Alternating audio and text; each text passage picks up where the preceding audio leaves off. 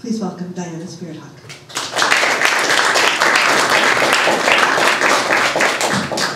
Thank you, Laura, for that lovely intro.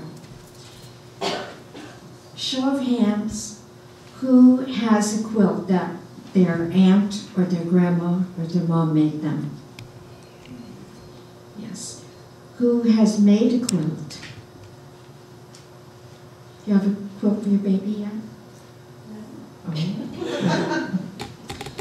This is a story called The Quiltmaker's Gift. Once there was a wonderful woman who lived up in the misty blue mountains, and she would make quilts. Her quilts were known throughout the world because there was something very magical about them.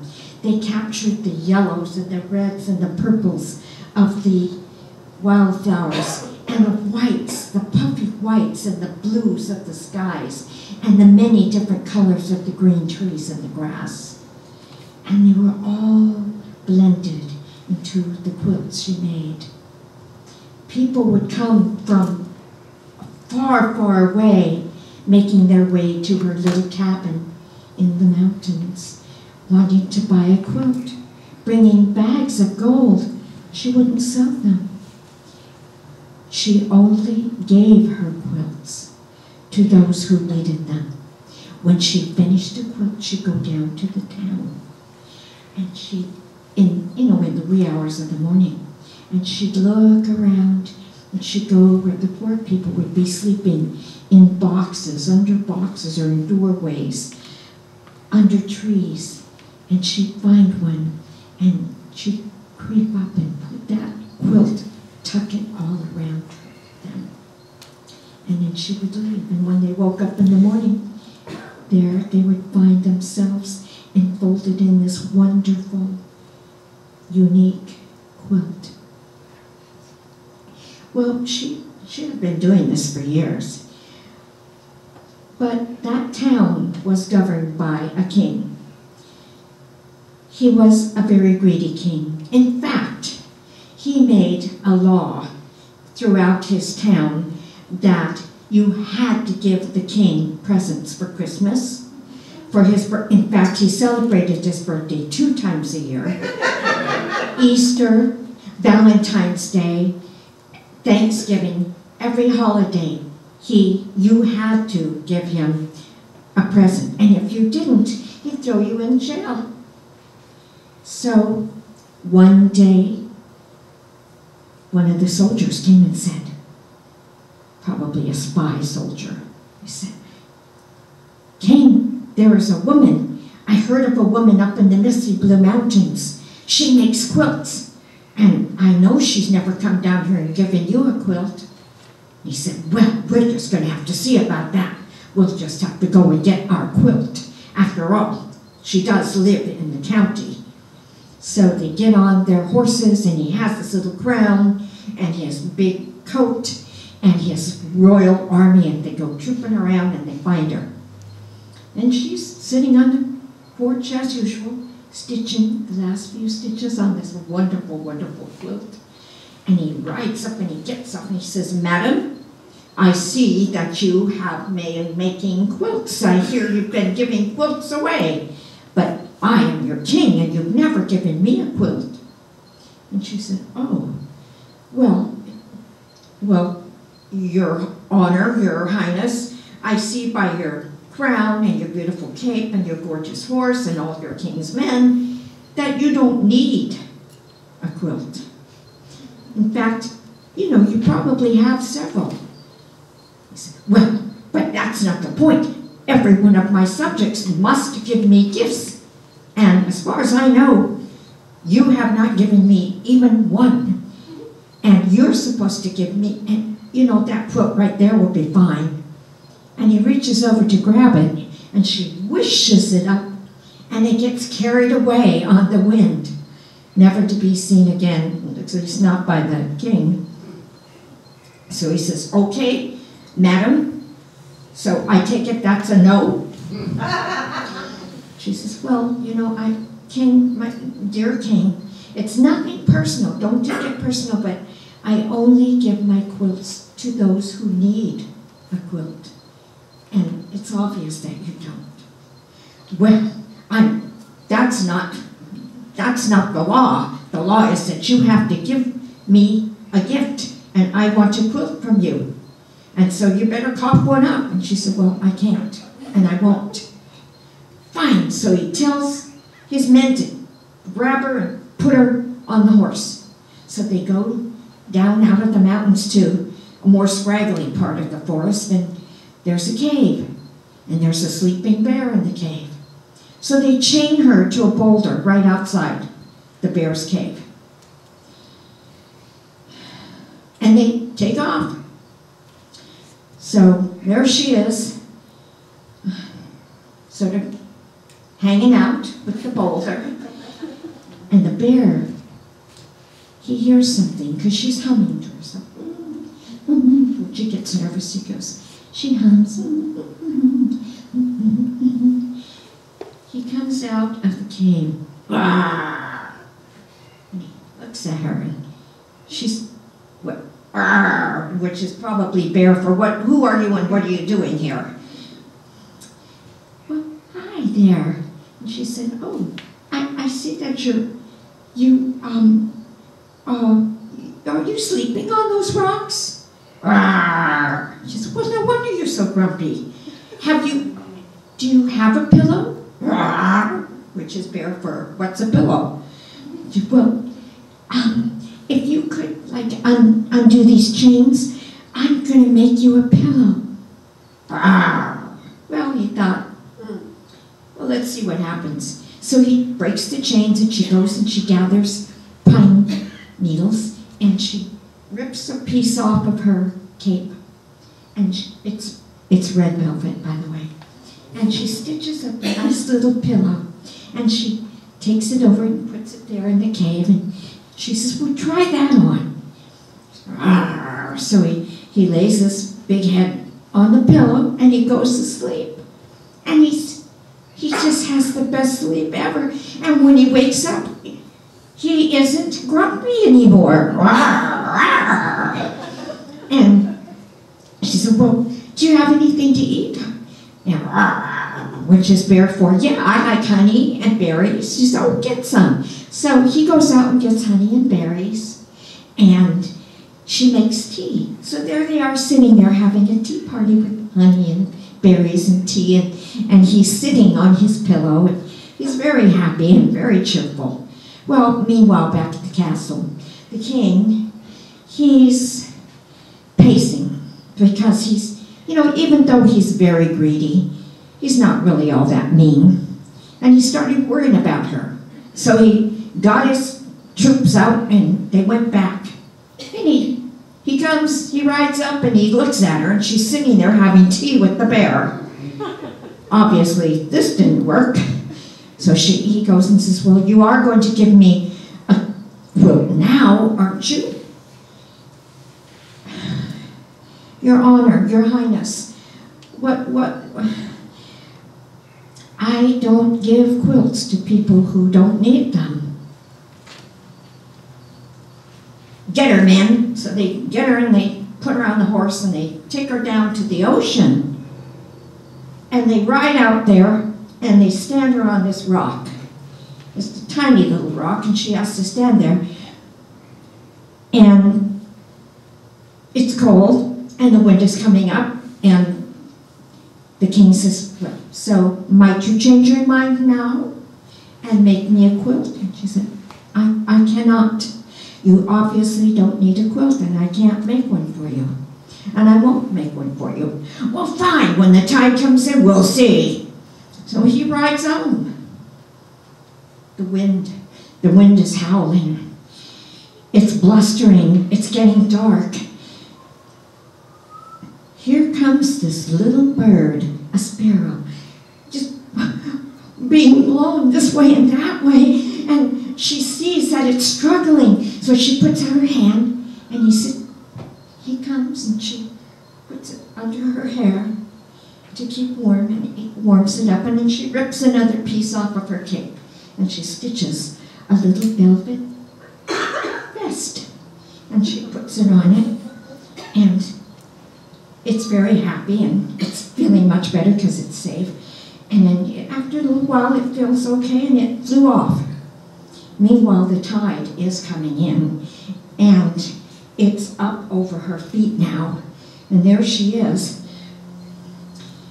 And then something happens. This big shadow, like a terrible black cloud, starts coming right for her. And she's like, oh, I'm done for now.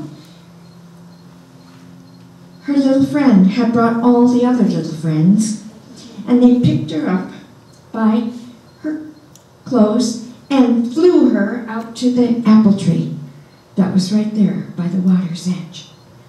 And there, oh, thank you. So they all filled the tree, and she started tearing more pieces off her cape and stitching up little red vests for all the little friends. So meanwhile, back at the castle, the king is pacing back and forth, and it's getting pretty late, so he clangs the bell and he gets his soldiers up there in their pajamas. We've got to go get her. So they ride down to the ocean. He rides up. He's looking around. She's, oh, she drowned. And he hears these twitterings. And he looks around, he sees the apple tree. There she is in the apple tree, all the birds are talking to her. And she's stitching away. And she's got her little tea set out. He gets off the horse and he says, Madam, the quilt? She said, no, I'm not going to make you a quilt.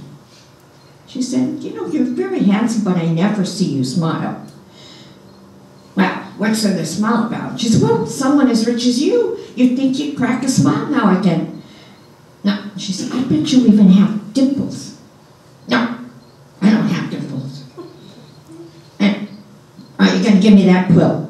No. Well, come on up and have tea. Let's talk. Let's just converse. So he climbs up the tree and he has tea with her. And they're chatting and chatting, and finally they strike a deal. She said, if you go back to your castle and give all your goods away, all those presents I hear you've been getting, I will make you a quilt. Well, I can't do that. She said, oh, okay, no quilt. Oh, all right. So he helps her out of the tree, and he takes her back to her cabin. He goes back to the castle, and he's thinking, oh my gosh, the next day he gets up, and he's, okay, I have to give things away, but I don't know how to do this. This is really hard. I've never done this before. This is not natural for a king. Or a president either. So then he goes and he looks around and he finds a bag of marbles, like really wonderful, beautiful cat's eye, like they're gems. And he takes his bag out and he opens up the gates and he sees some boys playing marbles, only they're using rocks. So he goes over and he gives them, you know, the marbles, and they give each other the marbles, and they all have a marble and they start playing, and they just say, thank you. They're like so surprised. Well, thank you, King, thank you. And he said, oh, you're welcome. And he went back and he was thinking, okay, no more butterflies in the tummy. Let me see what else I can do. So then he goes in and he gets these coats, just like a dozen blue velvet warm coats. And he comes out with them. He has his helpers. And he goes around, and everybody he sees that has a really tattered or no coat, he gives them a coat. And they put it on. And they're like, oh my goodness, thank you, sire, thank you, thank you. And he was like, oh, that wasn't too bad. And he actually smiled, and he really does have dimples. He goes back and he said, well, that's not too bad. I can do this. And so he brings out a carousel with real ponies. And the other kids have gone out. Everybody's going, the king has gone mad. He's giving things away. Get over there. So the children come and they help them onto the ponies, and the music is playing and the ponies, and then the kids are having so much fun. They snip it, and all those kids get all those live ponies for themselves. And they start making a big parade, and they were going all around him and dancing him. We love the king, yay for the king. He's such a generous king, yes he is. And they just, and he actually started laughing. Well, so he put all the stuff in the carts, and he went off, giving things away. Well, he gave everything to everybody that he could in town until nobody needed anything. So he still had rooms and rooms. I mean, the dungeon was totally packed with gifts. So off he went. He came by. He went up to see the Quiltmaker, and he told her, I've given everything away. And he was talking and smiling, and she said, I knew it, you have dimples. What a beautiful smile you have. Oh, well, thank you. And he said, well, I'm going to go around the world, and I'm going to give everything away. And when I come back, she said, I will have your quilt. She said, but how will you know? The sparrows will come and tell me. Oh, okay. So he goes off. He goes to China, Australia. He goes everywhere, England, Ireland, Asia, everywhere, and he gives everything away. He comes back. The cartwheels are totally bald. There's holes in his own boots. He doesn't have a cape anymore, and the crown went long ago. And he comes, but before he came, she was stitching on her porch, and a ragged, tattered, tired, skinny little sparrow comes, and he sits right on her sewing fingers. She knows, oh, the king is coming. Well, she's almost done. And she's stitching it up. He pulls up, and he's got this big, beautiful thing in his cart. He gets down, and he thanks her. He says, thank you so much. I am the happiest man in the whole world.